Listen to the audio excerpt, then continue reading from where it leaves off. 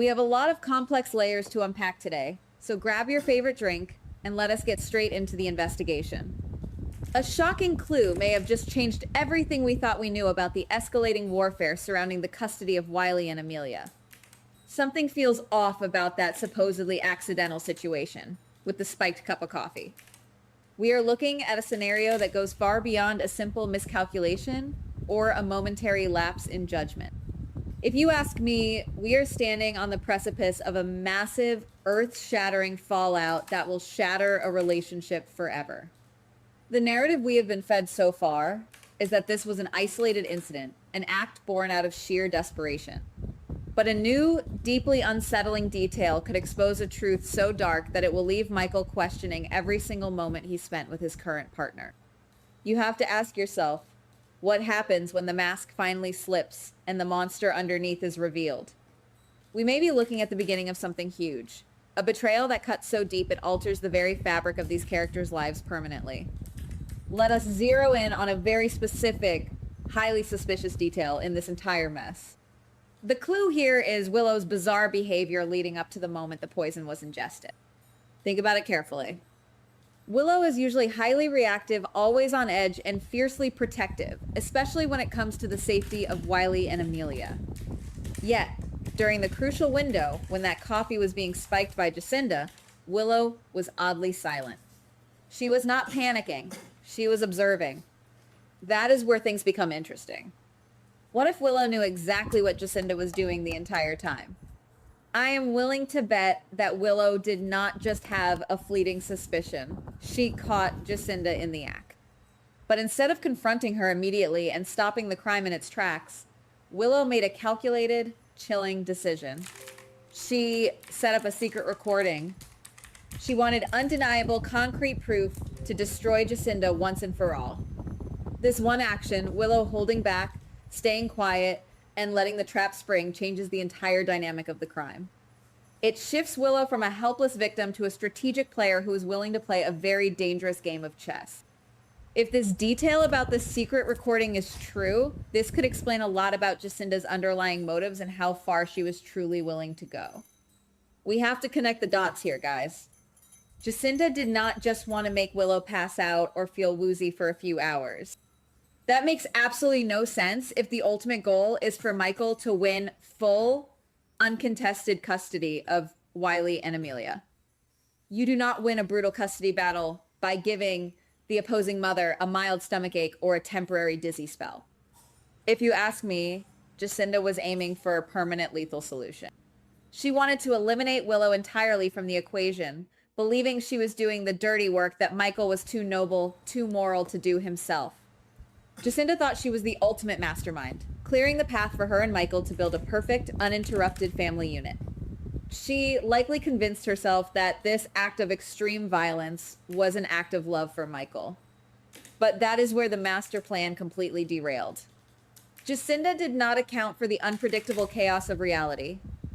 It may not be a coincidence that the plan went horribly wrong at the exact worst moment. Jacinda did not account for Nina stepping into the crossfire. Nina, completely oblivious to the lethal game being played around her, picked up the wrong cup and drank that spiked coffee instead. When Nina falls unconscious, the entire landscape of this storyline shifts. Suddenly, it is no longer just a secret plot against Willow. It is an active medical emergency involving Nina.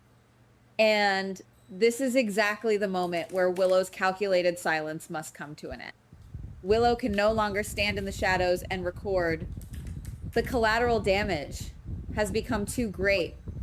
Willow has to step forward, not just to save Nina, but to drop the absolute hammer on Jacinda.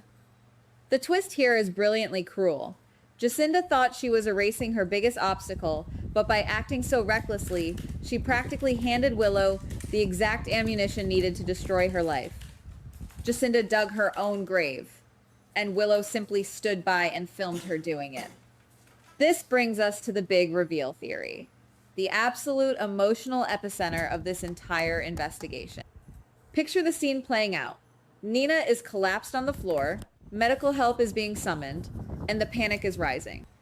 Amidst the chaos, Willow steps forward, holding up her phone, and plays the high-definition video of Jacinda poisoning the drink. The absolute horror on Michael's face will be palpable, a visceral reaction to seeing the woman he sleeps next to committing a calculated atrocity. But the real explosion here is not just about the digital evidence. It is about the profound, soul-crushing betrayal. Michael will realize in real time that Jacinda went completely rogue. She operated entirely behind his back, taking matters of life and death into her own hands. She put the lives of both Nina and Willow in mortal danger without a second thought.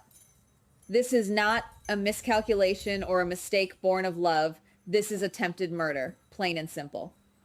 The confrontation that follows this revelation will be legendary, the kind of screaming match that echoes through the halls for years. Michael will demand to know how Jacinda could possibly justify playing God with the mother of his children, Wiley and Amelia. He will interrogate her, his voice shaking with a mix of fury and disbelief, asking why she thought she had the right to make such a permanent, devastating decision. Jacinda, backed into a corner with nowhere to hide, will likely try to justify her actions. She will cry, she will plead, claiming she did it all for him, for the kids, for their shared future. She will try to spin her psychotic behavior as the ultimate sacrifice for their family. And that twisted, sickening logic is exactly what will finally push Michael over the edge. Hearing her defend the indefensible, seeing her try to manipulate a murder attempt into an act of devotion, will break the last remaining shred of Michael's restraint.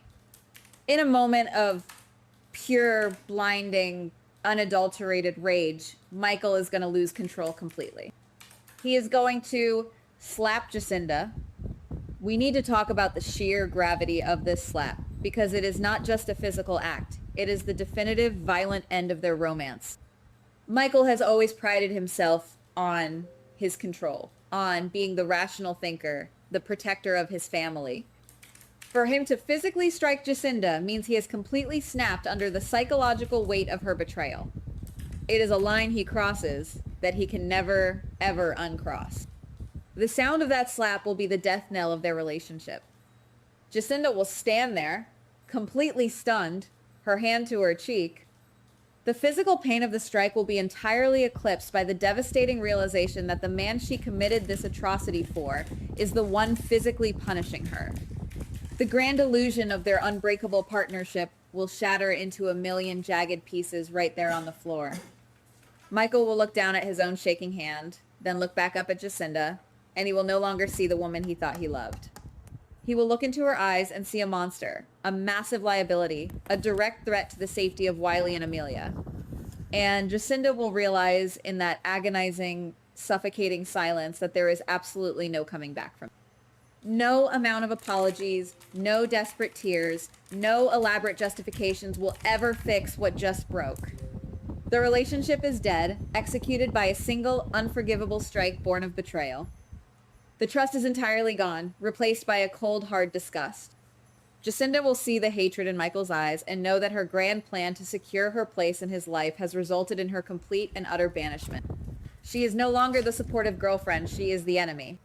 So, what happens in the messy, chaotic aftermath? If this theory holds true, who truly loses everything? Jacinda is the obvious answer, but her next move is absolutely critical to the survival of her character. I do not think for 1 second that she is going to stick around to be handcuffed by the police and dragged into a courtroom. When Willow makes it clear that she is handing that video over to the authorities, Jacinda's survival instincts will kick into overdrive. She will realize that the walls are rapidly closing in, that Michael has entirely abandoned her, and that she is facing decades in a federal prison for what happened to Nina.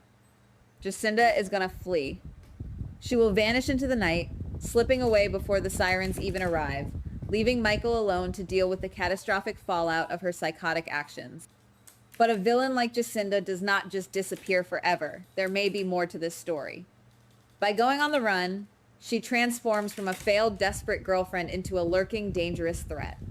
She will carry that deep bitterness, that profound sense of betrayal from Michael's slap, and she will let it fester in the shadows. She will become a ticking time bomb, plotting and waiting for the perfect moment to return and exact her revenge on Michael, Willow, and everyone who exposed her. Jacinda will view herself as the victim in all of this, the martyr who sacrificed her soul for a man who struck her down. That kind of twisted psychology is incredibly dangerous. When she eventually resurfaces, she will not be looking for love. She will be looking to burn Michael's world to the ground. Meanwhile, Michael is going to be left standing in the wreckage of his own life. He will have to look Willow directly in the eye and admit that he brought this lethal danger into their lives. He will have to explain to his family and to himself how he was so incredibly blind to Jacinda's true, dark nature. The custody battle for Wiley and Amelia will take a massive, perhaps fatal, hit because Michael's judgment will be completely called into question by the courts. How can he possibly claim to provide a safe, stable home environment when his own live-in girlfriend was actively trying to murder the mother of his children? Michael is going to lose his moral high ground entirely. He will be drowning in guilt as Nina fights for her life in a hospital bed, knowing that the poison was meant for Willow, and it was administered by the woman he trusted implicitly. The psychological toll on Michael will be immense and long-lasting. He will question his own sanity, his own ability to judge character and read people. He thought he was building an empire, a safe haven for Wiley and Amelia, but he was actually sleeping with the enemy. Every memory of Jacinda will be tainted by the knowledge that she was capable of cold-blooded murder. Michael will have to rebuild his life from scratch, knowing that his choices almost cost Willow and Nina their lives. The guilt will eat at him, and the memory of the slap will haunt him. He will have to reconcile the fact that he lost his temper so violently, proving that Jacinda's darkness somehow managed to pull him down into the mud with her. But guys, we have to look at the final piece of the puzzle, and this is where things become truly terrifying. After the dust settles, after Jacinda has fled and Nina is receiving critical medical care, Michael is going to sit alone in the dark, desperate for answers. He is going to pull up the entirety of Willow's secret video, hoping to understand how he missed the signs.